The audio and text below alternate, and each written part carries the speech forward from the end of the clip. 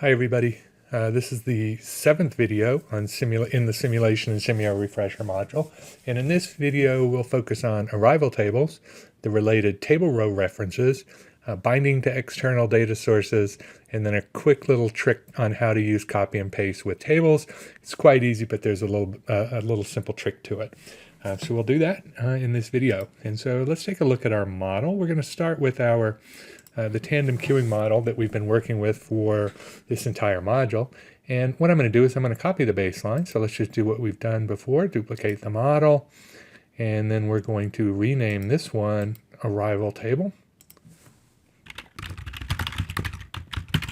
And our objective in this for this model is, rather than having random arrivals, which we have here, so again, if you go to the source, we just have this in arrival time arrival mode where we specify the in arrival time distribution. Instead of that, what we want to do is we want to use a data table to specify when the arrivals happen. So we're going to give a specific arrival time, and then we're also in that table going to specify the two processing times. And so we're going to create a table that specifies when something arrives, and then we're going to use table row references, which we'll see, to determine or to specify the service times at S1 and S2. Okay, let's build the model. So we've duplicated the model. So the first thing we're going to do is go to our data tab. And one quick note, so we've used tables before. Hopefully you've seen tables in either your previous class or in the training. For simulation-based planning and scheduling, we use tables extensively. So in this semester, we will make, as I said, extensive use of tables. So we're going to do a really simple one here. And so what we need is we're just going to add the table, and I'm going to name my table arrivals. And I have three pieces of information that I want to do. I want to have the arrival time. So I'm going to go for the property, and this is going to be a real property. And so I'm using a real here because I want to specify the arrival time in decimal numbers of hours, which is the base time units in Simio. But I could also use a date time. So if I wanted to use a calendar day and time of day for the arrival, I could do that. And again, we will see that as we get into the planning and scheduling aspects, but we're not going to do that here. So I'm just going to use a real property. And then for our two processing times, I could use real if I wanted to, but instead I'm going to use an expression. By using an expression, what that lets me do is either I can use any Simio expression. So I could use real values or integer values, but I could also use random variates and things like that. I could use computations or, again, any Simio expression. So let's just define expression for p time 1, and then an expression for p time 2. P time 2. So now we have a table called arrivals. We have an arrival time p time 1 and p time 2. And while we're here, let's just put a couple of entries in. Let's have the first arrival at time 0, and let's in fact use the random times here that we saw before. So we'll just do random exponential 8 and random 9. Random exponential 8, did I get that typed right? Let's expand that. If I can see everything, random exponential 8 and 9. And then I forgot to do this when I created these, but I'm going to set the type for time. So unit type for my processing time is time, and we will use minutes like we did in previous models. And we will do the same thing for p time 2, time, and in minutes. Okay, so let's just do two of these. And so we'll just copy this one. So I just do Control-C, Control-V, Control-C, Control-V. And so now what we specified is that two entities are going to arrive, both at time 0. And then we're going to sample the arrival time, sample the processing times for P1 and P2. So we have our table defined. That's step 1. Step 2 then is to say, okay, I want to use that table for my source. So I'm going to go to source, go to arrival mode, and then select arrival table. We immediately get an error here. We can see that sort of pink color, and we need to specify the property. So we specify the table, arrivals, and the column which has that time. In this case, it's arrival time. And so now what happens here is the entity looks at the table, and then it creates entities based on this given arrival time. So what is going to happen here is that we're going to immediately at time 0 create 2 entities from the source. The next thing I need to do is I need to tell our 2 servers, hey, I want you to use the column p time 1 and p time 2 from the table. And so the table row reference is an important part of using tables. And so when you use an arrival table, Simio will create an entity and then will automatically set a table row reference. So in this case, I'm going to create the first entity at time 0, and it will have a reference to row 1. And then I'm going to create the second entity, in this case also at time 0, and it will have a reference to row 2. And so those references are internally set. And that lets me specify the time or the column without using a row number because that reference is automatically set. So I can go back to S1 and I can say this is arrivals p time 1. Oops. P time 1. And then again, you can see the little reference property here because we're referencing a table. And the same thing here. So we have reference arrivals p time 2 right there. Okay, so now we've said I want arrivals to be specified by the table. Our table only has 2 rows. The last thing I'm going to do before we run the model is I'm going to change my ending type. So we have an ending type here saying we're going to run for 500 hours, but in this case, we don't really have an ending time. Instead, what we want is we want to use what's called an indefinite run or an unspecified run length, because what will happen is once the last entity leaves, Simio will know that there are no more events in the future event list, and so it will terminate. So if we now run our model, we're going to see we have 2 entities that were created. Well, we can slow it down a little bit here because it happened quickly. So let's just make this, I don't know, 10. Maybe 10 is fast enough. And so now we can see the 2 entities got created. And so there's one in the buffer, one's being processed. And again, it's sampled from that expression. Well, now it's running a little bit too slow. So let's run it, speed it up to, I don't know, 50. And then you can see that we have it at the end of run. So as I said, when the last entity leaves, then the model terminates. So now that we have our table working, let's go back into the model and let's add some more. So let's add one that happens at half an hour in, and then let's add some specific times. Maybe, I don't know, 12 minutes and 15 minutes. And then we'll create one at 0.6, let's make 0.75. So 0.75 hours, and we'll make this one 5 and 12. I don't know, make up the numbers. And so now what we're gonna see is, well, I don't want that last row that I created. We're gonna create 2 at time 0, which we saw. Then we're gonna have a gap for until time half hour. And these ended, I think it was time 0.37 or something when we ran. So we're gonna have a little gap here, and then we're gonna create our last 2 entities. So we can now run. There's our first 2 that get created. And here at time 5, we can see at 37, there's our one that got created at time 5. We have one at time 7.5. And so on. So now we're running until that last entity. And so again, the model terminates when that last entity leaves. And so hopefully you can see this is a pretty straightforward process that we can use this arrival table. And by using different columns, and this we have a very simple model here, so we only have processing time 1 and processing time 2, but we can have as many columns as we want, and we can use the fact that when an entity arrives, it has that table row reference set to implement all types of logic in our model.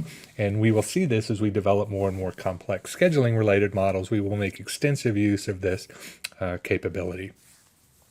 Okay, so the second thing I want to demonstrate, I'm going to come back to the binding and talk a little bit about cutting and pasting, something that I do quite often. So I have a Excel spreadsheet here. I actually have a CSV file that we're going to use a little bit later, and I have some values that I generated. So I generated these values randomly, and so you can see that I have my arrival time, processing time 1, processing time 2.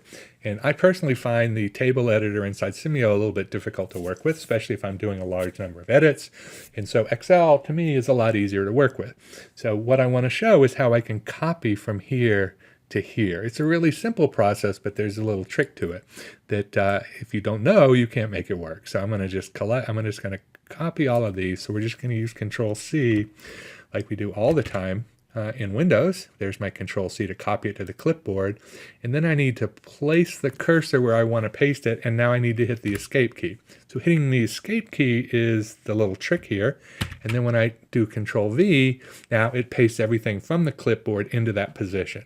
And so if you don't hit the escape key, it's not going to work. So that is the trick that I mentioned before. So now when we run, you can see that we have that arrival process that's specified by the arrival table. And as I said, for this particular data file, I generated these randomly, but you could generate the arrivals in any way that you want. So we can run, let's see here where, I don't know how long this takes to run. So if we run to the end, you can see it's 4.34 hours, and we have processed all of the entities. Looks like I have 25 here in my data file. So also note again, so this cut and paste is really useful because, as I said, it's a lot easier. I find it a lot easier anyway to work in Excel when I'm doing lots of table editing. And so also note here that there's no randomness in this model anymore, because since we replaced our expressions with actual values, there's no randomness. Things will arrive exactly when they're specified, when they're supposed to, based on the arrival time. Processing time at P1 will be exactly this number and exactly this number. So as a result, there's no use to have any type of experiment where I run multiple replications, because I'm going to get the exact same thing every single time, right? So if I run here, for example, if I were to run this and run my 32 replications, what you're going to see is that there's no variation whatsoever. I get the exact same thing every time. So let's let that run. So we go over here, look at my response results, and sure enough, we have all points, because there's, again, as I said, there's absolutely no variation. So as a result, there's no need to do this. I can still run my experiment, so I could just have one replication and run it and still use the experimental capabilities. But again, there's no need to do to replicate, because for this particular model, I have no variation. Now, in the initial model that we did, where we had expressions here, where we sampled random variates, then you do need to replicate, because we are inducing randomness by using those expressions. But in this case, we are not. Okay, so the last thing I want to do in this video is talk about how to bind the data table, the table in Simio, to an external data source. And as a quick note, if you took Simio, a class on Simio, and used an older version of Simio, this is something that's changed just a little bit since you probably saw that. And in fact, this method has changed since the previous version of the textbook. So it's still a simple process, but it has changed just a little bit than you've probably seen in the past. All right, so what we're going to do in this simple example is we are going to bind the table to the CSV file. So I have this in Excel, but it's a comma separated value file, or CSV file. And so what I want to do, instead of copy and paste, is I want to actually bind this. So what I'm going to do is I'm going to close that file. I don't need to save it. And then, so that we can see that this is actually working, I'm going to delete some of these rows. So we'll just delete some of those rows here. And then what I want to do is create a table binding. So if you look in our content, so we go to the table and we have the schema and then we have the content. What I want to do is create binding. And as I said, this has changed a little bit in recent versions of Simio, where now we have two separate things. We have a binding and we have a connector. And so you hadn't seen that before because we didn't previously have the connectors as defined explicitly. They were implicitly defined. So we're going to do a really simple binding here, and then we will talk more about the more complicated bindings as we move forward in the course. And so what we want to do is we want to create the binding, and then we're just going to use a CSV data importer. And so basically what we're doing is we're creating an importer, and then we're using that in our binding. It's actually a two-step process that we will see a little bit later on that we're doing in one single step. So I'm going to go and just say leave all of these true because I have headers in my table and so on. And we're creating an importer and a data connector called a CSV importer. And now you can see a couple of things here. First, it says it hasn't been imported or is of an unknown age. So we have successfully bound it. And so I'm going to then go over here to my properties and say, okay, well, we have a CSV data importer, but we haven't specified the file name. So I'm going to just go specify, I want this to be our CSV file arrivals. So we're going to open that. And so now we have successfully bound it. I'm going to just do one more thing here. I'm going to go to binding options, and this is something that I always do. I always switch it when I'm in model development from automatic to manual. In automatic mode, which is the default, the table is imported every time you run the model. In manual mode, you have to tell it when you want to import it.